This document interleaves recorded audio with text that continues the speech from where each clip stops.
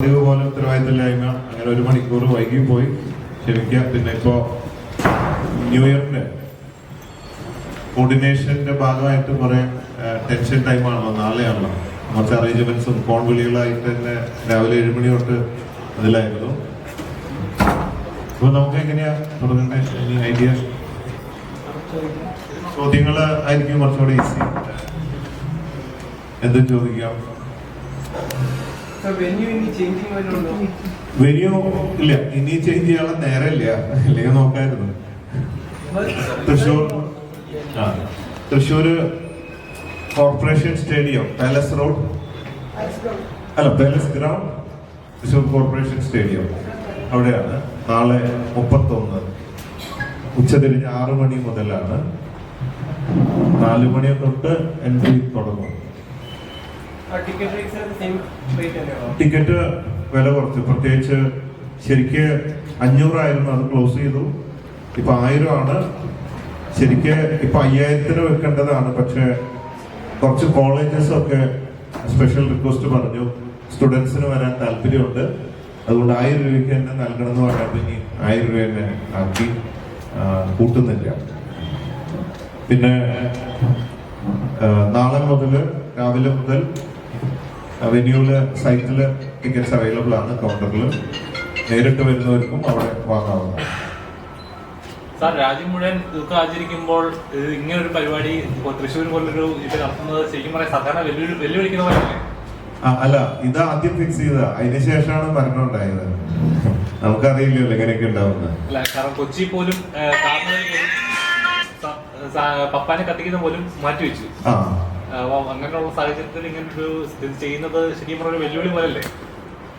വെല്ലുവിളിയായിട്ട് ഞാൻ സ്വീകരിച്ചിട്ടില്ല. കാരണം ഈ മരണം എപ്പോ വരും, ഞാനാണെങ്കിലും നിങ്ങളൊക്കെ ആണെങ്കിലും ജനനം മരണം, ജനിക്കുമ്പോ കുട്ടിയാണാണോ പെണ്ണാണോ, മരണം എപ്പോൾ, ജനനത്തിനും മരണത്തിനും ഇടയിൽ ആരാരെ എവിടെ വെച്ച് എപ്പോൾ കണ്ടുമുട്ടുന്നൊന്നും അറിയില്ല. അതുകൊണ്ട് ഇതൊക്കെ സംഭവിച്ചു പോകുന്നതാണ്.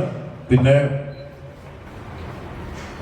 ഓരോ സ്ഥലത്തും നമുക്ക് ഇവരോടൊക്കെ സ്നേഹമുണ്ട്, നമ്മളെ വിട്ടു പോകുന്നതിൽ വിഷമമുണ്ട്. നമുക്ക് അവരെ ഓർക്കാം, അവരെ നല്ല കാര്യങ്ങള് അങ്ങനെയാണ്. ഇപ്പോ പലരും പല രീതിയിലാണ് അത് എടുക്കുന്നത്. ഓരോ സ്ഥലത്തെ കൾച്ചറാണ് ഓരോരുത്തരെ. ഇപ്പൊ ഞാൻ തമിഴ്നാട്ടിൽ നിന്ന് ഊട്ടിന്ന് ഒരു ദിവസം വരികയായിരുന്നു. അപ്പൊ കുറെ ആൾക്കാര് വഴിയില് ആഘോഷിച്ച് മുമ്പോട്ട് പോവാണ്.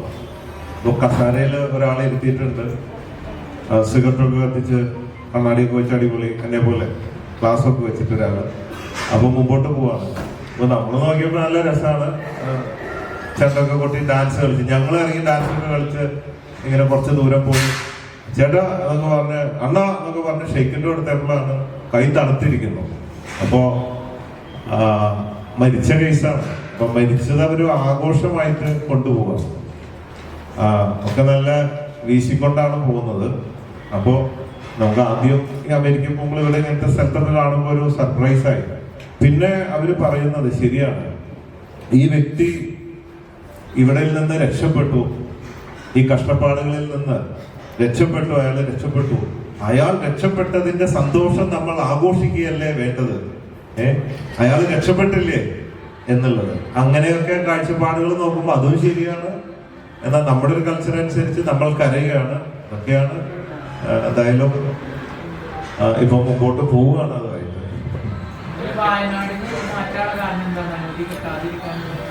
വയനാട്ടിൽ നിന്ന് അനുമതി കിട്ടിയിട്ടില്ല എന്നല്ല, വയനാട്ടിൽ നിന്ന് മാറ്റാനുള്ള കാരണം വയനാട്ടിലുള്ള 2 വ്യക്തികൾ ഹൈക്കോർട്ടിൽ ഹർജി കൊടുത്തു. വയനാട്ടിൽ ഇങ്ങനെ മരണം പ്രശ്നങ്ങളൊക്കെ നടന്നിരിക്കുന്ന ഈ സമയത്ത് ഇവിടെ ഒരു ആഘോഷം നടത്താമോ, ഇവർക്ക് നടത്താൻ പെർമിഷൻ ഉണ്ടോ എന്ന് ചോദിച്ചിട്ടാണ് അവർ കൊടുത്തത്. പക്ഷെ അവര് ബുദ്ധിപൂർവ്വം കൊടുത്തത് അവസാന സമയത്ത് കൊണ്ട് കൊടുത്തു. അപ്പോ കോടതി സ്റ്റേ ചെയ്തിട്ടില്ല. കോടതി പറഞ്ഞു നടത്തുന്നോണ്ട് വിരോധമില്ല, പക്ഷെ വയനാടിനെ സംബന്ധിച്ച് കളക്ടറുടെ പെർമിഷൻ എടുത്തിട്ട് നടത്താം. അതാണ് ഇപ്പോഴത്തെ അവിടുത്തെ ഒരു രീതി. വയനാടിനെ സംബന്ധിച്ച് ഒരു കമ്മിറ്റി ഉണ്ട്. അപ്പൊ കമ്മിറ്റി പോയി കഴിഞ്ഞപ്പോ ആ പെർമിഷൻ കിട്ടാൻ കുറച്ച് ദിവസങ്ങൾ എടുത്തു. അപ്പൊ അത്രയും ദിവസം മതിയാവില്ല ആ പെർമിഷന്. അവർ സ്ഥലം വന്ന് ഇൻസ്പെക്ട് ചെയ്തൊക്കെ ചെയ്തിട്ട് വേണം, എല്ലാ സൗകര്യങ്ങളും ഉണ്ടോ, സേഫ് ആണോ എന്നൊക്കെ നോക്കിയിട്ട്. അപ്പൊ അതിനെന്തായാലും മിനിമം ഒരു ആഴ്ച മിനിമം എടുക്കും. ആ സമയത്തിനുള്ളിൽ അപ്പോഴേക്കും തീർന്നു പോകും. അങ്ങനെ ഒരു ലോക്ക് ഇട്ടിട്ട് സമയമൊക്കെ നോക്കി പണി തരാൻ ഉദ്ദേശിക്കുന്നവര് അങ്ങനെയാണല്ലോ, പണി തരാനാണ്. അവസാനം എന്തായി, കളക്ടർ ഇവരൊക്കെ പറഞ്ഞു പെർമിഷൻ തരാം എന്ന് പറയുമ്പോഴേക്കും അത് 28-ാം തീയതി കഴിയും പെർമിഷൻ കിട്ടാൻ എന്ന് മനസ്സിലായി വരെ. അപ്പൊ അവസാന നേരത്തെ ഇനി എന്തെങ്കിലും പറഞ്ഞ് കിട്ടിയില്ലെങ്കിലോ എന്ന് ഓർത്തിട്ട് അത് നേരത്തെ കുട്ടികൾ മാറ്റി, റിസ്ക് എടുക്കാതെ. അപ്പൊ പണി തന്നതാണ്, ഞാൻ പണി സ്വീകരിച്ചിരിക്കുന്നു. പക്ഷെ ഒരു വിഷമമുള്ളത്, അവിടെ റിസോർട്ട് ഓണേഴ്സ് എന്നെ വിളിച്ചിട്ട് സങ്കടം പറയാം. കാരണം എല്ലാ റിസോർട്ടും ഫുള്ളായി. അപ്പൊ ബോച്ചയുടെ ഈ സൺബേൺ മാറുന്നു എന്ന് പറഞ്ഞപ്പോ റിസോർട്ട് ക്യാൻസലേഷൻസ് വന്നു തുടങ്ങി. അപ്പൊ ബോച്ച എങ്ങനെയെങ്കിലും നടത്താൻ പറ്റുമോ? ഞാൻ പറഞ്ഞു ഞാൻ എന്ത് ചെയ്യാനുള്ളത്. അതുപോലെ കഴിഞ്ഞ പ്രാവശ്യം അവിടെ നടത്തി കഴിഞ്ഞപ്പോ ഒരുപാട് പേര് വന്നിട്ട് മേപ്പാടി അവിടെ വയനാട്ടിലും ഓൾമോസ്റ്റ് ആ ഏരിയയിലുള്ള എല്ലാ കടകളിലെ മിനറൽ വാട്ടർ പോലെ തീർന്നു പോയി. അവരെന്നോട് പോകുന്ന നന്ദി പറഞ്ഞു. 1 മാസത്തെ കച്ചവടം ഞങ്ങൾക്ക് കിട്ടി ബോച്ചെ. അത്രയും വലിയ ഉത്സവമായിരുന്നു. അപ്പോ ടൂറിസം കടക്കാർക്കും വയനാട്ടുകാർക്കും എല്ലാവർക്കും നല്ലൊരു കാര്യമാണ്. പക്ഷെ ഈ 2 വ്യക്തികൾ അതൊന്നും ചിന്തിക്കുന്നില്ല. പിന്നെ അതിന് മാത്രമല്ല, ഈ പ്രാവശ്യത്തെ നടത്തുന്നത് ഒരു നല്ല ഉദ്ദേശം ഉണ്ടായിരുന്നു. ഇതിൽ നിന്ന് കിട്ടുന്ന 10-25 ലക്ഷം ലാഭം വയനാട്ടിലെ ചൂരൽമല, മുണ്ടക്കൈ അവിടെ ഈ ദുരന്തത്തിൽപ്പെട്ടവർക്ക് കൊടുക്കാനും 100-400 പേരെ സൗജന്യ പാസിലൂടെ അവിടെ കൊണ്ടിരുത്തി, മുമ്പിലിരുത്തി അവരെ കൊണ്ട് ഇതിന്റെ ഭാഗമാകാൻ, അവരുടെ പ്രശ്നങ്ങളൊക്കെ മറക്കാൻ ശ്രമിക്കണല്ലോ. ഒരു മാനസിക ഉല്ലാസം ഇതൊക്കെ കഴിഞ്ഞിരിക്കുമ്പോൾ വീണ്ടും അവരെ ദുഃഖത്തിലാഴ്ത്തല്ല വേണ്ടത്. നമ്മളൊക്കെ മറക്കണം. മറവി മനുഷ്യർക്ക് ഉള്ളതാണ്, അതൊരു സിസ്റ്റമാണ്, പ്രക്രിയ ഉള്ളതാണ്, പാർട്ട് ഓഫ് സയൻസ് ആണ്. അപ്പൊ അതിലേക്ക് ഒക്കെ കൊണ്ടുവരാൻ നല്ലൊരു ഉദ്ദേശത്തിന് വേണ്ടി 1 രൂപ പോലും ലാഭം എടുക്കാതെ ഞാൻ ചെയ്യാൻ വേണ്ടിയിട്ടാണ് ഇത് പ്ലാൻ ചെയ്തത്. പിന്നെ ഇതൊക്കെ എനിക്കൊരു പാഷനാണ്. ചില ബിസിനസ് ഒക്കെ ഞാൻ ചെയ്യാറുണ്ടെങ്കിലും ചില സംഭവങ്ങളൊന്നും ലാഭനഷ്ടം നോക്കിയിട്ടൊന്നുമല്ല, അങ്ങോട്ട് നടത്തുകയാണ്. കഴിഞ്ഞ പ്രാവശ്യം ഞാൻ നടത്തിയത് ടിക്കറ്റ് ഇല്ലാണ്ടാണ്. അപ്പോ 40 ലക്ഷം രൂപ കയ്യിൽ ചെലവാക്കിയിട്ടാണ് ഞാൻ കഴിഞ്ഞ ന്യൂ ഇയർ നടത്തി. ഫ്രീ കൊടുക്കണ്ടെന്ന് ചോദിച്ചു. കാരണം ഫ്രീ കൊടുക്കുമ്പോ ബിയോണ്ട് ദ ലിമിറ്റ് ആൾക്കാർ വരികയാണ്. ടിക്കറ്റ് വെക്കുമ്പോൾ നമുക്കൊരു 5000 അല്ലെങ്കിൽ അതിനുള്ളിൽ കൺട്രോൾ ചെയ്യാൻ പറ്റും. പിന്നെ ഒരു അബദ്ധം പറ്റിയത് കഴിഞ്ഞ പ്രാവശ്യം ട്രാഫിക് ബ്ലോക്കായി, കുറേ ട്രാഫിക് ബ്ലോക്കായിട്ട് ഒരുപാട് പേര് കുടുങ്ങിപ്പോയി. അതുകൊണ്ട് ഇപ്രാവശ്യം എസ്റ്റേറ്റിനകത്ത് ബോച്ചെ 1000 ഏക്കറിൽ 60ഓളം കിലോമീറ്റർ റോഡാണ് കിടക്കുന്നത്. എത്ര 1000 വണ്ടി വന്നാലും അതിന്റെ ഉള്ളിൽ കയറ്റിയാൽ പാർക്ക് ചെയ്യാം. പക്ഷെ കഴിഞ്ഞ പ്രാവശ്യം നമ്മൾ ഗേറ്റ് ലോക്ക് ചെയ്തിട്ട് അവർ വിട്ടില്ല. അതുകൊണ്ട് അങ്ങനെ ഒരു ബുദ്ധിമുട്ടുണ്ടായി. അപ്പൊ അത് രണ്ടും കറക്റ്റ് ചെയ്തിട്ട് ഇപ്രാവശ്യമൊക്കെ വെൽ പ്ലാൻഡ് ആയിരുന്നു. ശരില്ല, അവസാനം പെർമിഷനൊക്കെ കിട്ടാതായി, എല്ലാം ആയി. പക്ഷെ അപ്പോഴേക്കും നമ്മൾ ഇങ്ങോട്ട് മാറ്റുകയാണ് ഉണ്ടായത്. എന്തുകൊണ്ടാണ് തൃശ്ശൂർ എടുത്തത്? കാരണം തൃശ്ശൂരിൽ ആദ്യമായിട്ടാണ് സൺബേൺ പോലൊരു ഇവന്റ് നടക്കുന്നത്. കാരണം സൺബേൺ പോലുള്ള ഇവന്റ് എന്ന് പറയുമ്പോൾ നോർമലി എല്ലാവരും പ്രിഫർ ചെയ്യുന്ന കൊച്ചിയാണ്. കാരണം എല്ലാ ടൂറിസ്റ്റ് പ്ലേസും കൂടുതലും എത്തുന്ന സ്ഥലമാണ്.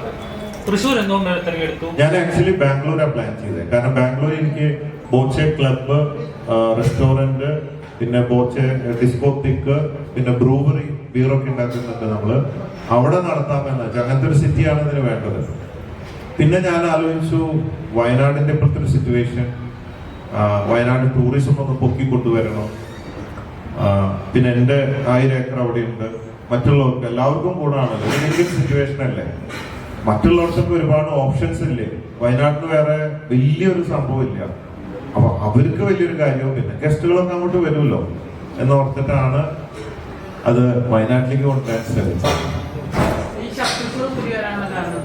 ശത്രുക്കള് കൂടുതലൊന്നും ഇല്ല, അത്യാവശ്യത്തിന്. അതിപ്പോ ഓരോ ബിസിനസ് തുടങ്ങുമ്പോഴും ആ ബിസിനസ് ഫീൽഡിലുള്ള കുറച്ച് പേർക്ക് ശത്രുക്കളല്ല, ഫ്രം ദ ഹാർട്ട് അവർക്ക് ശത്രുത ഇല്ലെങ്കിലും ആ ബിസിനസ്സിലേക്ക് വരുമ്പോൾ ബോച്ച വന്നതൊക്കെ വെറുതെ കൊടുക്കും, കോമ്പറ്റീഷൻ ആവും, ടെൻഷൻ ആവും എന്നുള്ളത് കൊണ്ട് കുറച്ച് പേര് അങ്ങനെ ഉണ്ടാവും.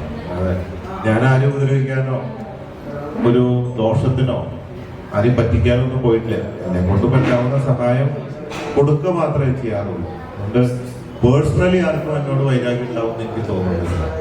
ബിസിനസ് അല്ലേ. പിന്നെ ഞാൻ എല്ലാം ആലോചിക്കുന്നതിന് എന്താ മാർഗം ഇങ്ങനെ ശത്രുത ഇല്ലാതെ.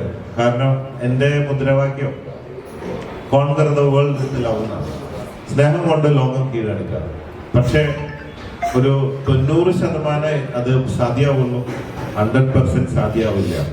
അപ്പൊ അങ്ങനെ അന്വേഷിച്ച് നോക്കുമ്പോ എന്താ, ബിസിനസ് മൊത്തം നിർത്തേണ്ടി വരും.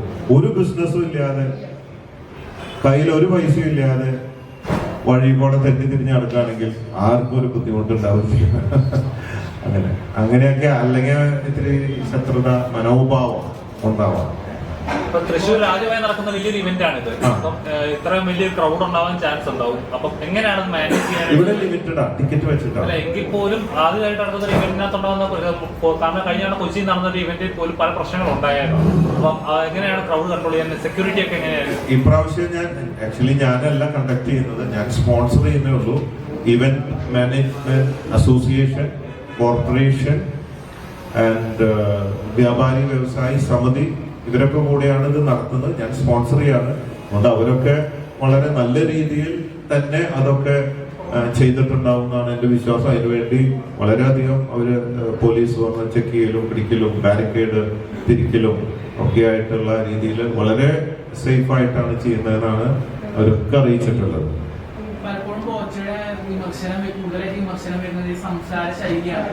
അതായത് രണ്ടർത്ഥം വെച്ചുള്ള മീനിങ് രീതിയിലുള്ള സംസാരം. ഈടായിട്ട് തന്നെ ഒരു ഉദ്ഘാടന വേദിയിൽ വെച്ചിട്ട് ഒരു നടിയെ, അനിറോസ് എന്ന നടിയെ ഈ കുന്തി ദേവിയായിട്ട് അഭിസംബോധന ചെയ്തെന്നുള്ള രീതിയിൽ കുറെ വിമർശനം വന്നിട്ടുണ്ടായിരുന്നു. അങ്ങനെ വരുന്നത് പൊതുവേദിയിൽ വെച്ചിരുന്ന ശരിയാണോ? അങ്ങനെ രീതിയിൽ അല്ല, അതിപ്പോ എന്താ, ഓരോരുത്തര് ഞാൻ നടീനെ പറഞ്ഞോളൂ, വെടിന്ന് പറഞ്ഞിട്ടില്ലേ. പക്ഷെ ആൾക്കാര് ഇൻഡയറക്ട്ലി ഞാൻ പറയാത്ത രീതിയിലേക്ക് മാറ്റി വളച്ചൊടുക്കുകയാണ്. അവര് ഒരു സ്ത്രീയാണ്, അവരായിട്ട് എന്താ യാതൊരു പ്രശ്നമില്ല. ഒന്നാമത് എന്റെ സോഷ്യൽ മീഡിയയിൽ നോക്കി നടിമാര് വന്നു പോയാൽ തന്നെ പറയും, ബോച്ചെ അവിടെ അണിറോസ് താമസിച്ച് മറ്റേ ഹോട്ടലിലാണോ, ബോച്ചെ അവിടെ തന്നെയാണോ താമസിച്ചത്, എങ്ങനെ കിട്ടോ, എത്ര, ഇങ്ങനെയൊക്കെയുള്ള ചോദ്യങ്ങളാണ്. സത്യത്തില് ഞാൻ ഈ നടിമാരായിട്ട് യാതൊരു ബന്ധവുമില്ല. എനിക്ക് അങ്ങനത്തെ ഒരു വീക്ക്നെസ്സും ഇല്ല. എനിക്ക് എന്റേതായ ഫ്രണ്ട്സ്, എന്റേതായ ഒരു മേഖലയുണ്ട്. അപ്പോ അവരെ ഞാൻ മാർക്കറ്റിങ്ങിന് ഉപയോഗിക്കുന്നു, അവർക്ക് അവരുടേതായ റെമ്യൂണറേഷൻ കൊടുക്കുന്നു. മാത്രമല്ല, അങ്ങനെ ഒരു ചിന്തയുണ്ട്, ഈ നടിമാരൊക്കെ പ്രശ്നക്കാരാണ്, എല്ലാവർക്കും ഇങ്ങനെ കിട്ടുന്നുള്ള പോലെ ഒരു ചിന്ത, അതൊക്കെ തെറ്റാണ്. ശരിക്കും പറഞ്ഞാൽ അവർക്ക് അവരുടേതായ മാന്യതയും കാര്യങ്ങളുണ്ട്, അവർക്ക് അവരുടേതായ പ്രൊഫഷനുണ്ട്, അവരുടേതായ വരുമാനമുണ്ട്, കാര്യങ്ങളുണ്ട്. അല്ലാതെ ഈ വക പരിപാടിയായിട്ട് നടക്കാന്നൊരു എപ്പോഴെങ്കിലും ആരെങ്കിലും എവിടെയെങ്കിലും ഒക്കെ എന്തെങ്കിലും സംഭവിച്ചിട്ടുണ്ടാവും. പക്ഷെ എന്റെ അറിവില് ഈ പറയുന്ന പോലെയുള്ള ഒരു ചിന്തയല്ല. ഇത് തെറ്റിദ്ധാരണകൾ പലതും ഉണ്ടാവും. അങ്ങനെയൊക്കെയാണ്. ഈ പറഞ്ഞ പോലെ കുന്തി ദേവിയാണ് ഉദ്ദേശിച്ചത്. ഞാൻ കുന്തി ദേവിയെ വർണ്ണിച്ച് കുന്തി ദേവിയെ കുറിച്ച് മനസ്സിലാക്കിയപ്പോ അവരോട് ചില സാദൃശ്യമുണ്ട്, കഥയും കാര്യങ്ങളും വ്യക്തിത്വമൊക്കെ ആയിട്ട് ഞാൻ വർണ്ണിച്ചു. പിന്നെ എന്താ പറയാ, ഈ വാക്കുകൾ കണ്ടുപിടിച്ചത് ഞാനല്ലല്ലോ. അക്ഷരങ്ങളൊന്നും അക്ഷരം നമ്മൾ പഠിക്കുമ്പോൾ നിങ്ങളൊക്കെ അല്ലേ വാക്യത്തിൽ പ്രയോഗിക്കുക, അങ്ങനെ എഴുതുക, അങ്ങനെ തിരിച്ചെഴുതുക, കൂട്ടി എഴുതുക, ഇതൊക്കെ നമ്മൾ പഠിപ്പിച്ചതാണ്. അപ്പൊ ഇതില് മോശമായി തമാശ പോലെ എടുക്കണമെങ്കിൽ അങ്ങനെ എടുക്കാം. കുന്തി ദേവി എന്ന് പറഞ്ഞ ഒരു ഉണ്ടല്ലോ, അങ്ങനെ ഉണ്ടല്ലോ, ശരിക്കും അങ്ങനെ എടുക്കാം, ഇങ്ങനെ എടുക്കാം. അപ്പൊ ഓപ്ഷൻ ഉണ്ട്. ഞാൻ എന്റെ സ്റ്റാർ ജെമിനിയാണ്. ജെമിനി എന്ന് പറയുമ്പോൾ ഡ്യുവൽ ക്യാരക്ടറാണ്. ഇന്നത്തെ മൂഡല്ല നാളത്തെ മൂഡ്, ഡിഫറെന്റ് റോളിൽ പോയിക്കൊണ്ടിരിക്കുകയാണ്. അപ്പോ രണ്ട് ഓപ്ഷൻ ഉണ്ട് എന്നിൽ. ഇങ്ങനെ എടുക്കാം, അങ്ങനെ എടുക്കാം, എങ്ങനെ വേണമെങ്കിൽ എടുക്കാം. ചിരിക്കാൻ താല്പര്യമുള്ളവര്, കൂളാവുന്നവര്, ലൈഫ് എൻജോയ് ചെയ്യാൻ ആഗ്രഹിക്കുന്നവര്, എന്റർടൈൻമെന്റ് ആഗ്രഹിക്കുന്നവർക്കൊക്കെ അങ്ങനെ എടുക്കാം. സീരിയസ് ആയിട്ടുള്ളവർക്കൊക്കെ മറ്റേ അർത്ഥത്തിൽ എടുക്കാം. എന്നെ ചീത്ത പറയാം, ഒരുപാട് പേര് അപ്രിഷിയേറ്റ് ചെയ്യുന്ന, എൻജോയ് ചെയ്യുന്ന എന്റെ വീഡിയോ എത്രയോ ലക്ഷക്കണക്കിന് ആൾക്കാർ. ഇന്നലെ ഒരു വീഡിയോ ഇട്ടത് ഇന്ന് 30 ലക്ഷത്തോളമായി. ഒക്കെ പോസിറ്റീവാണ്. ഒരു 10 പേര് അവിടെ നെഗറ്റീവ് ഇട്ടിട്ടുണ്ട്. അത് അവര് ഫേമസ് ആവാനാവാം, അല്ലെ അവര് പുണ്യാളന്മാരായതുകൊണ്ടാവാം. പല ഓപ്ഷൻസ് ഉണ്ട്. അപ്പൊ ഞാൻ എന്റെ അപ്പനുണ്ടായതല്ലേ, എനിക്കറിയുന്നതല്ലേ എനിക്ക് ചെയ്യാൻ പറ്റുള്ളൂ. അങ്ങനെ പറയുമ്പോൾ ഇതിന് വേറൊരു അർത്ഥം കൂടി വരാൻ ചാൻസ് ഉണ്ട്. സോഷ്യൽ മീഡിയയിൽ വേറെ അർത്ഥത്തിൽ പ്രചരിക്കാൻ ചാൻസ് ഉണ്ടെന്ന് നമ്മൾ ചിന്തിച്ചിട്ടുണ്ടായിരുന്നു. ചിന്തിച്ചിട്ടുണ്ട്. ഞാൻ ഒരു കാര്യം പറയുമ്പോ 2 ഓപ്ഷൻ ഉണ്ട്. കുറെ പേര് ഇങ്ങനെ എടുക്കും, കുറെ പേര് അങ്ങനെ എടുക്കും എന്നുള്ളത് നമുക്കറിയാം. എന്നോർത്തിട്ട് ഇപ്പൊ നമ്മള് സിനിമ വരുമ്പോ കണ്ടില്ലേ, തമാശ പടങ്ങളുണ്ട്. ഏതാണൊരു സിനിമയില് ഭയങ്കര തെറി പറയുന്നത്, ചുരുളി. അപ്പോ തമാശ പടമുണ്ട്, സീരിയസ് പടമുണ്ട്. അത് ഓരോരുത്തരുടെ ചോയ്സ്. ഏത് തിയേറ്ററിൽ ഏത് സിനിമ കാണണം എന്നുള്ള അവരുടെ ചോയ്സാണ്. ഇവിടെ വലിയ ചോയ്സാണ്. ടിക്കറ്റ് എടുക്കാണ്ട് ഇടയ്ക്കിടയ്ക്ക് ഷോർട്ട് ഫിലിം കാണാം, ചിരിക്കാം, സന്തോഷിക്കാം. അങ്ങനെയുള്ളവർക്ക് വെൽക്കം. അതാണ് ഈ സോഷ്യൽ മീഡിയ അറ്റൻഷന് വേണ്ടിയിട്ടാണോ അല്ലെങ്കിൽ മാർക്കറ്റിംഗിന്റെ ഭാഗമായിട്ടാണോ ഈ സംസാരിച്ചത് ഈ കൊണ്ടുവന്നതിനുള്ള പല രീതിയിൽ സംസാരം വരുന്നുണ്ട്? എന്താണെന്ന് പറയാനുള്ളത്? മാർക്കറ്റിങ്ങിന് വേണ്ടി മാത്രമായിട്ടല്ല, മാർക്കറ്റിംഗ് കൂടെ അതിൽ സംഭവിക്കുന്നു എന്നുള്ളത് ഒരു ഗുണകരമായ കാര്യമാണ്. എനിക്ക് ഇപ്പൊ ഇതിൽ വരുന്നതിന് മുമ്പ് ബോബി ചെമ്മണ്ണൂർ ജ്വല്ലേഴ്സും ഈ ഗ്രൂപ്പ് 162 വർഷത്തെ പാരമ്പര്യമുള്ള ഗ്രൂപ്പാണ്. ഞാൻ 4ാം തലമുറക്കാരനാണ്. കേരളത്തിൽ എല്ലാവർക്കും ഈ ബ്രാൻഡ് അറിയാം. മാത്രമല്ല 30 വർഷം മുമ്പ് കേരളത്തിൽ ആദ്യമായിട്ട് സൽമാൻ ഖാൻ ഹെലികോപ്റ്റർ തുടങ്ങി, മമ്മൂക്ക, ലാലേട്ടൻ, എല്ലാ നടന്മാരൊക്കെ ഫസ്റ്റ് ഉദ്ഘാടനം ചെയ്ത് എന്റെ കടയാണ്. അപ്പൊ അന്നേ തൊട്ടിട്ട് എന്നെ അറിയാം. ഈ സെലിബ്രിറ്റീസ് ഒക്കെ ആയിട്ടുള്ള കോർഡിനേഷൻ ഒക്കെ ഉള്ളതാണ്. അപ്പോ സോഷ്യൽ മീഡിയ ചെയ്തിട്ട് മാത്രം ഇന്നലെ ഞാൻ പൊട്ടി മുളച്ചുണ്ടായതല്ല ഈ ബ്രാൻഡും ഞാനും. പക്ഷെ ഇതുകൊണ്ട് സെയിൽസിനും മാർക്കറ്റിങ്ങിനും ഗുണമുണ്ട്. എനിക്കൊരു തമാശ, എനിക്കൊരു ടൈം പാസ്സാ. ഞാൻ തന്നെ നോക്കി ഞാൻ തന്നെ ചിരിക്കും, അതുപോലെ മറ്റുള്ളവരും ചിരിക്കും. എന്നെ കൊണ്ട് എന്തെങ്കിലും ഒരു ഉപകാരം മറ്റുള്ളവർക്ക് ഉണ്ടാവുന്നതുകൊണ്ട് എന്താ കുഴപ്പം, അല്ലേ? ഞാൻ ചിരിക്കുന്നു, മറ്റുള്ളവർ ചിരിക്കട്ടെ. നമുക്ക് ചിരിച്ചു മരിക്കാം. എല്ലാ ദിവസവും കരഞ്ഞ് പേടിച്ച് മരിക്കേണ്ട കാര്യമില്ലല്ലോ. That's all life. Take it easy. ഇപ്പൊ താങ്കൾ ചെയ്യുന്ന പല കാര്യങ്ങളും ഇപ്പൊ സോഷ്യൽ മീഡിയ എടുക്കുന്നത് തെറ്റായിട്ടാണ്. പലപ്പോഴും താങ്കൾ വിമർശിക്കാറുണ്ട്. ഇങ്ങനെയൊക്കെ കാശിന്റെ കൂടുതൽ കൊണ്ടാണ്, കാശിന്റെ മുമ്പ് എന്നൊക്കെ പറഞ്ഞിട്ട് കുറെ കാണിക്കാറുണ്ട്. ശരിക്കും പറഞ്ഞാൽ താങ്കൾ തകർക്കാനായിട്ട് അല്ലെങ്കിൽ താങ്കൾ ശത്രുക്കൾ ചെയ്യുന്നതായിട്ട് വിശ്വസിക്കുന്നുണ്ടോ?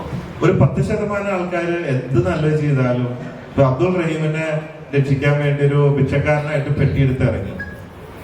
അപ്പൊ അതിനും കുറച്ച് പേര് അയാളെ രക്ഷപ്പെട്ടു, അയാളെ രക്ഷപ്പെടണം, അതിന് മലയാളികളൊക്കെ സഹകരിച്ചു. ഞാൻ ആദ്യം ഇറങ്ങി. അപ്പോഴും അവിടെ ഒരു വിഭാഗം ആൾക്കാർ അതിനെതിരാണ്. ഒരാളെ രക്ഷിച്ചതാണ്. അപ്പൊ എന്താ പറയാ, പിന്നെ നിവൃത്തിയില്ല. യേശുക്രിസ്തുവിനും പോലും അല്ലെങ്കിൽ മദർ തെരേസ മറ്റുള്ള അങ്ങനെയുള്ളവർക്ക് പോലും ഫുൾ സപ്പോർട്ടില്ല. പിന്നെയാണോ ഒരു സാധാരണക്കാരനായ നമ്മളൊരു മനുഷ്യന് കിട്ടാവുന്നതിന്റെ പരിമിതി. അപ്പൊ അതൊന്നും നമ്മൾ പ്രതീക്ഷിക്കുന്നില്ല 100%. പിന്നെ കുറെ പേരൊക്കെ ചിലപ്പോ തോന്നും എന്നേലും വലിയ മാർക്കറ്റിംഗ് ഗുരുക്കളാണത്. കുറച്ചു പേര് ഇതിനെതിരെ പറയും. അപ്പൊ അവരെ ശ്രദ്ധിക്കും. അപ്പൊ അവരെ ശ്രദ്ധിക്കപ്പെടാൻ വേണ്ടി പിടിച്ചാലും വലുതാണ് മാളത്തിൽ എന്ന് പറഞ്ഞ പോലെ ചിലപ്പോ അത് ചിലപ്പോ ഒരു അതിബുദ്ധിയായിരിക്കും അവർ ചെയ്യുന്നുണ്ടാവുക. നല്ല റീച്ചിലേക്ക് കയറി 2 തെറി പറയാം അല്ലെങ്കിൽ 2 ഡയലോഗ് അടിക്കാതെ പറയുമ്പോൾ അവരെ ശ്രദ്ധിക്കും എന്നതാണ്. ഇന്നലെ സ്റ്റേഡിയത്തിൽ ഒരു ഇൻസിഡന്റ് ഉണ്ടായിരുന്നു. ഒരു വലിയ ഗിന്നസ് റെക്കോർഡ് നടന്ന പരിശ്രമത്തിനിടയിൽ MLA വീഴുകയും പരിക്കേൽക്കുകയും ചെയ്തിരുന്നു. പക്ഷേ സോഷ്യൽ മീഡിയയിലും വാർത്തകളൊക്കെ വന്നുകൊണ്ടിരിക്കുന്നത് ആ ഇൻസിഡന്റിന് ശേഷവും ആ പരിപാടി നടത്താൻ പാടുണ്ടായിരുന്നോ എന്നത്. ശരിക്കും താങ്കളുടെ അഭിപ്രായത്തിൽ എന്താണ്, പരിപാടി നടത്തിയത് ശരിയാണോ അതോ നടത്താൻ പാടില്ലായിരുന്നോ? എന്റെ ഒരു ഇതനുസരിച്ചിട്ട് പരിക്ക് പറ്റിയവർ എത്രയും പെട്ടെന്ന് ഹോസ്പിറ്റലിൽ കൊണ്ടുപോയി നല്ല ചികിത്സ കൊടുക്കുക.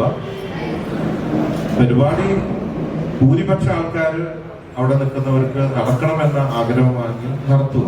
നേരത്തെ പറഞ്ഞ അതേ സംഭവം തന്നെയാണ്. കാരണം പരിപാടി നടത്താത്തത് കൊണ്ട് ആ വ്യക്തിക്ക് പ്രത്യേകിച്ച് മാറ്റങ്ങളൊന്നും വരാനില്ല. നല്ല ശുശ്രൂഷ കൊടുക്കുക എന്നാണ്. അത് ഓരോരുത്തരുടെ കാഴ്ചപ്പാടാണ്. ഇപ്പൊ ഞാനാണെങ്കിലും ആഗ്രഹിക്കുക, ഇപ്പൊ ഞാൻ എന്തെങ്കിലും ഒരു അപകടത്തിൽ മരിച്ചു എന്നതുകൊണ്ട് ഒരാൾക്കൊരു ബുദ്ധിമുട്ടുണ്ടാവാൻ പാടില്ല. എല്ലാവരും as usual ആയിട്ട് അവരുടെ കാര്യങ്ങൾ നടത്തണം എന്നാണ് പറഞ്ഞിരിക്കുന്നത്. ഞാൻ മരിച്ചു കഴിഞ്ഞാൽ എന്റെ കണ്ണും എല്ലാ പാർട്സും ആവശ്യമുള്ളവർക്ക് കൊടുക്കാനാണ് പറഞ്ഞിരിക്കുന്നത്. ഒരു ദിവസം പോലെ കട അടയ്ക്കരുത്, കറുത്തോടി തെറ്റരുത് ഞാൻ ഇത് കാണുന്നില്ലല്ലോ. അതുകൊണ്ട് ഈ വക കാര്യങ്ങളിലൊന്നും എന്നെ സംബന്ധിച്ച് അങ്ങനെയാണ്. ഓരോരുത്തർക്കും ഓരോ കാഴ്ചപ്പാടായി. പക്ഷെ അതൊരു വികലമായ കാഴ്ചപ്പാടല്ലേ? എന്തെങ്കിലും ദുരന്തം സംഭവിച്ചാൽ പിന്നെ അതിന് ചിരിക്കാൻ പാടില്ല, സന്തോഷിക്കാൻ പാടില്ല, കുറച്ച് നാളത്തേക്ക് ദുഃഖം ആദരിച്ച് അങ്ങനെ അത് ഇപ്പൊ ഓരോ ഇപ്പൊ ഞാൻ പറയാം, ഞാൻ ഒരുപാട് വർഷം മുമ്പ്, നിങ്ങൾക്ക് ഓർമ്മയുണ്ടോന്ന് അറിയില്ല, ഞാൻ കോഴിക്കോടുള്ള സമയത്താണ് ഒരു ബസ് ആക്സിഡന്റ് ഉണ്ടായിരുന്നു കോഴിക്കോട് തൃശ്ശൂർ റോഡില്. അതിലുള്ള ഒരു ന്യൂസ് കണ്ടത്, അതിനെ കുറിച്ചിട്ടുള്ള ഒരു സംസാരം. അതില് ഒരാളുടെ കാലൊടിഞ്ഞ് ബസ്സിൽ കിടന്ന് നിലവിളിക്കുക. അപ്പോ കുറച്ചു കഴിഞ്ഞപ്പോ ഇയാളുടെ കരച്ചിൽ നിന്നു. പുള്ളി നോക്കിയപ്പോ ഒരു കയ്യും കാലും ഒടിഞ്ഞ ആളെ കണ്ടപ്പോ അയാൾക്ക് തോന്നി ഇതാണ് ബെറ്റർ, ഇത് അത്ര വലിയ പ്രശ്നമില്ലല്ലോ. അയാളുടെ കരച്ചിൽ നിന്നു, ചിരിച്ചു എന്നാ പറയണ, ചിരിച്ചിണ്ടാവില്ല, അയാളെ കരച്ചിൽ നിർത്തി ചിരിച്ചു എന്നുള്ള പ്രയോഗം. അപ്പോ എന്റെ നമ്മൾ പറയില്ലേ, ഒരു കണ്ണല്ലേ പോയുള്ളൂ, നിന്റെ 2 കണ്ണ് പോയല്ലോ എന്നാ അത് ഓരോരുത്തരുടെ കാഴ്ചയാണ് എന്നോർത്തിട്ട് ദുഃഖം ആചരിക്കുന്നതുകൊണ്ട് തെറ്റൊന്നുമില്ല. അതിപ്പോ ഓരോ രാജ്യത്തിന്റെയും വ്യക്തികളുടെയും ഒക്കെ കൾച്ചറാണ്, ചിന്താഗതിയാണ്. അങ്ങനെയല്ല, വയനാട് സ്തുതി എന്ന് പറയുന്ന കുട്ടി അത്രയും ദുരന്തത്തിന് ശേഷം വാച്ച് വന്നപ്പോൾ ആരോ വന്നപ്പോൾ ചിരിച്ചു എന്നൊക്കെ പറഞ്ഞിട്ട് ഭയങ്കരമായിട്ടൊരു സൈബർ അറ്റാക്ക് ഉണ്ടായിരുന്നു. അതൊന്നും പാടില്ല എന്ന് പറയുന്നത് ആ കുട്ടിയെ ചിരിപ്പിക്കാനാണ് ഞാൻ പോണത്. കാരണം അവരെന്നും ദുഃഖിച്ചിരിക്കാൻ പാടില്ലല്ലോ. നമ്മളെ കുറ്റവരും ഒക്കെ പോകുമ്പോ നമുക്ക് വിഷമം ഉണ്ടാവും, നമ്മൾ കരച്ചിലൊക്കെ ഉണ്ടാവും. പക്ഷെ നമുക്ക് മറക്കാനുള്ളൊരു ഇത് തന്നിട്ടുണ്ട്. നമ്മള് മാക്സിമം അവരെ എന്റർടൈൻ ചെയ്ത് തിരിച്ചു കൊണ്ടുവരാൻ നോക്കുക. അത് എന്നും അവരെ കരയെങ്കിലല്ലല്ലോ നമ്മുടെ ആവശ്യം. പിന്നെ ഒരു നാണയത്തിന് 2 വശമുണ്ടല്ലോ, എപ്പോഴും അതുണ്ടാവും. കേരളത്തിലേക്ക് ആദ്യമായിട്ട് നടന്നോളെ കൊണ്ടുവന്നത് ഈ അടുത്ത വർഷത്തേക്ക് മെസ്സിനെ കൊണ്ടുവരാൻ ഗവൺമെന്റ് ഭാഗത്തൊരു നീക്കം വരുന്നത്. പക്ഷെ പലരും പറയുന്നത് മെസ്സി പോലെ ഒരു പ്ലെയറെ ഇവിടെ കൊണ്ടുവരാനുള്ള സ്റ്റേഡിയം വഴിയില്ലാന്ന് പലരും പറയുന്നത്. അതിനെന്താ പറയുള്ളത്? മെസ്സിയെ കൊണ്ടുവരാൻ പറ്റുന്ന ഒരു തരത്തിലുള്ള ഒരു സ്റ്റേഡിയം, ബോച്ചെ 1000 ഏക്കറില് ഒരു വലിയ സ്റ്റേഡിയം തുടങ്ങണമെന്ന് ഒരു ആഗ്രഹമുണ്ട്. ഗവൺമെന്റ് മെസ്സിയെ കൊണ്ടുവരുന്നുണ്ടെങ്കിൽ പിന്നെ ഞാൻ കൊണ്ടുവരേണ്ട ആവശ്യമില്ല, ഇല്ലെങ്കിൽ നോക്കാം, ഇല്ലെങ്കിൽ മറ്റാരെങ്കിലും കൊണ്ടുവരാം എന്നൊരു ആഗ്രഹമുണ്ട്. മറഡോണ ഉള്ള കാലത്ത് തന്നെ മെസ്സിയെ കൊണ്ടുവരാൻ വേണ്ടി ഞാൻ അർജന്റീനയിൽ പോയി അവിടെയൊക്കെ കണ്ട് സംസാരിച്ച് ഓക്കെ ആയി. ആ സമയത്താണ് മെസ്സിയും മറഡോണയും തമ്മിൽ തെറ്റിയത്. അതുകൊണ്ട് പിന്നെ ഒരു വണ്ടിക്ക് പോയില്ല എന്നായതുകൊണ്ട് അന്ന് അത് മാറ്റി വെച്ചതാണ്. അല്ലെങ്കിൽ അന്നേ 2 പേരും ഞാൻ ബ്രാൻഡ് അംബാസഡർ ആക്കാനുള്ള പ്ലാനായിരുന്നു.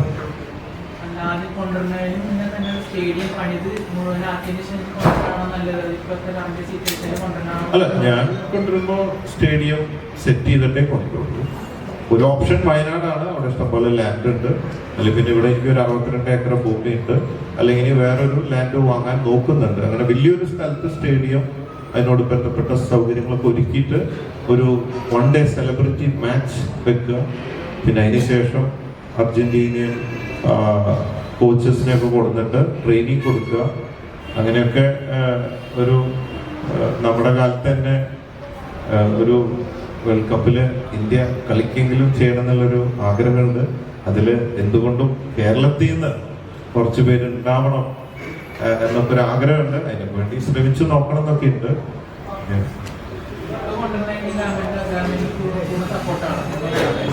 തീർച്ചയായിട്ടും സ്പോർട്സ് അല്ല, ആരെന്ത് ചെയ്താലും ഐ ഡു സപ്പോർട്ട്.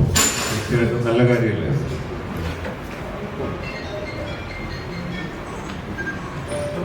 ഒരുപാട് നല്ല പ്രവർത്തികൾ സമൂഹത്തിൽ ചെയ്യുന്നു. ഇപ്പോൾ വീടുകൾ നഷ്ടപ്പെട്ട ആളുകൾക്കാണെങ്കിൽ ഇപ്പോൾ ഈ അടുത്ത കാലത്ത് തന്നെ ഒരു സെയിൽസ് ഗേൾസിന് ഒരു വീട് ചെത്തി ആയ സമയത്ത് അവിടെ ഫുൾ കടകളൊക്കെ വീട്ടിയിട്ടുണ്ടായിരുന്നു.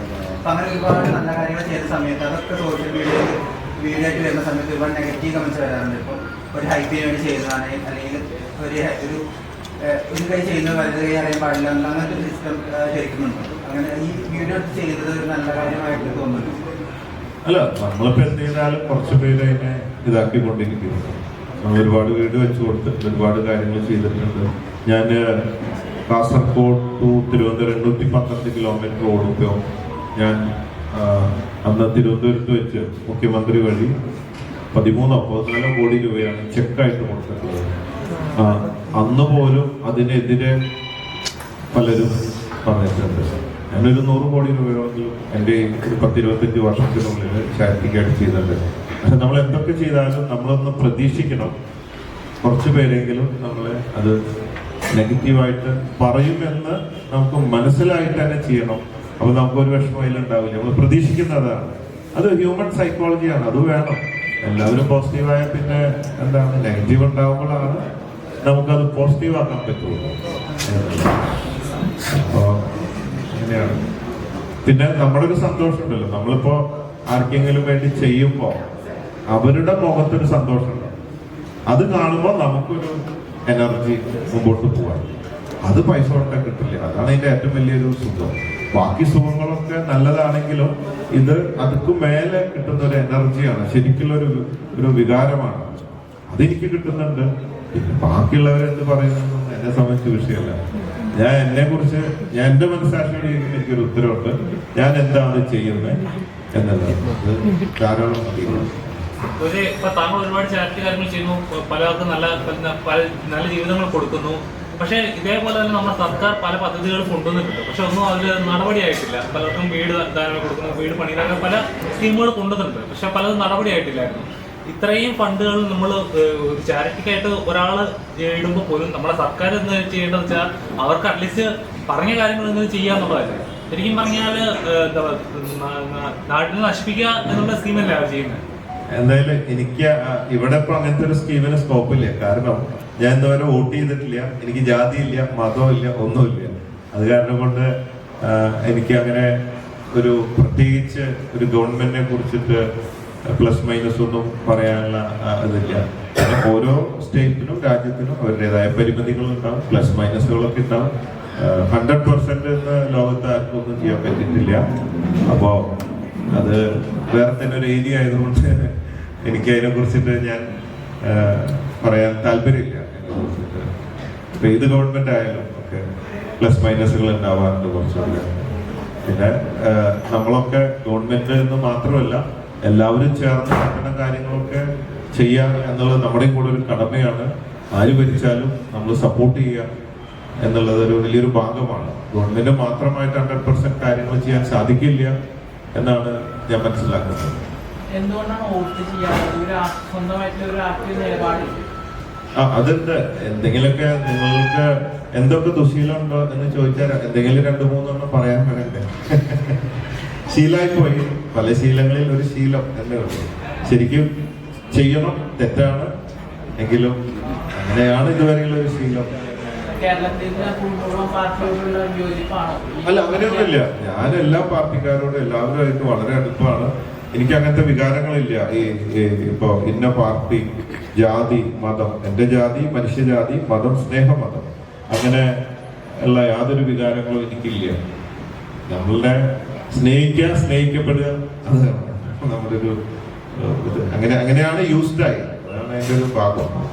തെറ്റാണോ എന്ന് ചോദിച്ചാൽ തെറ്റാണ്. പക്ഷെ ചെയ്തിട്ടില്ല അതുവരെ. തോന്നിയാ ചെയ്യണം. എന്നാലും തൃശ്ശൂർ ഇതുവരെ കണ്ടിട്ടുള്ള വലിയൊരു ഫെസ്റ്റ് ആണ് വരാൻ പോകുന്നത്. അപ്പം ആർക്ക് ചീഫ് ഗസ്റ്റുകളായിട്ട് ആർക്കാണ് സെലിബ്രിറ്റീസ് ആണ് വരാനായിട്ട് പ്ലാൻ ചെയ്തിരിക്കുന്നത്? എല്ലാവരും ചീഫ് ഗസ്റ്റ് ആണ്, എല്ലാവരും സെലിബ്രിറ്റീസ് ആണ്. അങ്ങനെ പ്രത്യേകിച്ച് സെലിബ്രിറ്റീസ് എന്ന് പറഞ്ഞിട്ട് ആരും വിളിച്ചിട്ടില്ല. പിന്നെ ഇങ്ങനത്തെ ഒരു ഫംഗ്ഷൻ ആകുമ്പോ അങ്ങനത്തെ ഒരു സ്കോപ്പില്ല. കാരണം വെച്ചാൽ ഒരു ആഘോഷമാണ്, എല്ലാവരും കൂടിയിട്ട് ഒരു ആഘോഷമാണ്. അപ്പോ ആ കറക്റ്റ് ടൈമിങ് അവിടെ DJ പാട്ടും കാര്യങ്ങളൊക്കെ ആയിട്ട് പോകുമ്പോൾ എല്ലാവരും ഡാൻസും കാര്യങ്ങളൊക്കെ ആയിട്ട് ആഘോഷിക്കുമ്പോൾ അവിടെ ഒരു സ്പേസ് എടുത്തിട്ട് നമുക്ക് പ്രസംഗമോ മറ്റു കാര്യങ്ങൾക്കോ അതോ അങ്ങനത്തെ ഒരു അങ്ങനെയാണ് പലരും അഭിപ്രായം പറഞ്ഞത്. ഞാൻ ആദ്യം വിചാരിച്ചു മന്ത്രിമാരെയോ അല്ലെങ്കിൽ മറ്റുള്ള അങ്ങനെയുള്ളവരെയൊക്കെ വിളിക്കണമെന്നുള്ള വെച്ചാൽ പലരും പറഞ്ഞു ഇങ്ങനത്തെ ഒരു ഫംഗ്ഷൻ ആയതുകൊണ്ട് അതിനുള്ളൊരു ടൈം ഗ്യാപ്പ് അല്ലെങ്കിൽ എന്നുള്ളത് അങ്ങനെ അഭിപ്രായം എടുത്തതാണ്. പിന്നെ അവിടെ സ്ക്രാച്ച് ആൻഡ് വിൻ വരുന്നുണ്ട്. ബോച്ചെ ബ്രഹ്മി എന്റെ ബുദ്ധിയുടെയും ഓർമ്മശക്തിയുടെയും രഹസ്യം എന്ന് പറഞ്ഞിട്ടുള്ള ഒരു ക്യാപ്ഷനോട് കൂടി ബ്രഹ്മി ടീ അതിന്റെ ലോഞ്ച് ഉണ്ട്. ഈ 31 തന്നെയാണ് അതിനിടയ്ക്ക് വെച്ച് ലോഞ്ച് ചെയ്യുന്നുണ്ട്. അതില് ചുരണ്ടി നേടാം ഉടൻ പണം എന്നതാണ് അതിന്റെ ക്യാപ്ഷൻ. മറ്റേത് ബോച്ചെ ലക്കി ഡ്രോ ഉണ്ട്, ടീ ഉണ്ട്, അത് ഡെയിലി നടക്കുന്നുണ്ട്. രാത്രി 10:30 നറുക്കെടുപ്പ്. 37 കോടി ഞാൻ നൽകി കഴിഞ്ഞു. 18 ലക്ഷം പേർക്ക് പ്രൈസ് കിട്ടി. അത് നടന്നുകൊണ്ടിരിക്കുന്നുണ്ട്. ഇത് നറുക്കെടുപ്പില്ലാതെ ചായപ്പൊടി വാങ്ങുമ്പോൾ അതിൽ കൂപ്പൺ ഉണ്ട്. സ്ക്രാച്ച് ചെയ്താൽ അപ്പൊ തന്നെ കാണാം 10 ലക്ഷമാണോ, ഫ്ലാറ്റ് ആണോ, കാറാണോ, 10,000 റുപ്യാണോ, മറ്റവരുടെ ക്യാഷ് അപ്പം തന്നെ അവിടുന്ന് കളക്ട് ചെയ്യാൻ പറ്റും. പിന്നെ അതിലുള്ള ഒരു പ്രത്യേകത എല്ലാവർക്കും സമ്മാനങ്ങൾ ഉണ്ടെന്നുള്ളതാണ്. ഭാഗ്യ പരീക്ഷണോ നറുക്കെടുപ്പോ ഇല്ല. ചിലവർക്കൊക്കെ ചിലപ്പോ 200 രൂപയുടെ ബോച്ചെ പാനീയം വൈപ്പിൻ ബോച്ചെ പബ്ബിൽ നിന്നോ ബാംഗ്ലൂർ ബോച്ചെ പബ്ബ് ക്ലബ്ബ് ഇതിൽ നിന്നൊക്കെയോ കിട്ടും. അപ്പോ ഈ ചായപ്പൊടിയും കിട്ടും, ചെറിയ പൈസക്ക് അതിന്റെ ഇരട്ടി മൂല്യമുള്ള ബോച്ചെ പാനീയം വീശാനും പറ്റും. അങ്ങനെയൊക്കെയാണ്. അപ്പൊ നഷ്ടം ഒരിക്കലും ഉണ്ടാവില്ല. എങ്ങനെ പോയാലും ചായപ്പൊടിയും അതിന്റെ ഇരട്ടിയും മൂല്യമുള്ള സാധനങ്ങളും പ്ലസ് ആയിരക്കണക്കിന് ക്യാഷ് പ്രൈസുകളും ലക്ഷക്കണക്കിന് രൂപ ഒക്കെ ഉള്ള ഒരു സ്പെഷ്യൽ സാധനമാണ് ഇറക്കാൻ പോകുന്നത്. ലോഞ്ച് ചെയ്യുന്നത് 31-ാം തീയതി ഈ ഫംഗ്ഷൻ ഇടയ്ക്ക് വെച്ചിട്ട് ലോഞ്ച് ചെയ്യുന്നുണ്ട്. നമ്മൾ സൊസൈറ്റി ഇത്ര നാൾ വളർന്നെന്ന് പറഞ്ഞാൽ കൊച്ചു ബാംഗ്ലൂരൊക്കെ അറിയാം, ഇച്ചിരി വൈഡറാണ്. പബ്ബ് പോലത്തെ കൾച്ചറൊക്കെ കോമൺ ആണ്. ശരിക്കും കേരളത്തിൽ അതുപോലത്തെ ഒരു കൾച്ചർ വരേണ്ട സമയം കഴിഞ്ഞില്ലേ? കാരണം സന്തോഷ് പറഞ്ഞ പോലെ നമ്മുടെ യുവാക്കളെ ഇതിലിങ്ങനെ അടച്ചു കെട്ടി വളർത്തുന്നതുകൊണ്ടാണ് അവരിങ്ങനെ ശ്വാസം മുട്ടി നിൽക്കുന്നത്, അല്ലെങ്കിൽ ഗ്യാപ്പ് കിട്ടാൻ പുറത്തു പോകാൻ ശ്രമിക്കുന്നത് എന്നൊക്കെ പറയുന്നുണ്ട്. ശരിക്കും ആ കൾച്ചർ ഇവിടെ മാറേണ്ട സമയം കഴിഞ്ഞില്ല. പബ്ബുകൾ പോലത്തെ ഇച്ചിരി അഡ്വാൻസ് ആയിട്ടുള്ള കൾച്ചർ വരേണ്ട സമയം കഴിഞ്ഞില്ലേ? അതെ, വരേണ്ട സമയം കഴിഞ്ഞു. പക്ഷെ കുറേശ്ശൊക്കെ ആയിട്ട് ഇങ്ങനെ വരുന്നുണ്ട് എന്ന് പറയുന്നു, വന്ന് തുടങ്ങുന്നു എന്ന് പറയുന്നുണ്ട്. തീർച്ചയായിട്ടും വരണം. നമ്മളൊന്നും റെസ്ട്രിക്ട് ചെയ്യരുത്. നമ്മൾ ഇത് ചെയ്യരുത് എന്ന് പറഞ്ഞാൽ അത് ചെയ്യാൻ തോന്നും, അങ്ങോട്ട് നോക്കരുത് എന്ന് പറഞ്ഞാൽ അങ്ങോട്ട് നോക്കൂ. അതാണ്. അപ്പോ അങ്ങനെയുള്ള കാര്യങ്ങൾ അത് വളരെ കറക്റ്റാണ് താങ്കൾ പറഞ്ഞത്. ഫ്രീഡം വേണം. കുറച്ചൊക്കെ ആയി വരുന്നുണ്ട്. ഇപ്പൊ ലിവിങ് ടുഗദർ കണ്ടെത്താനായി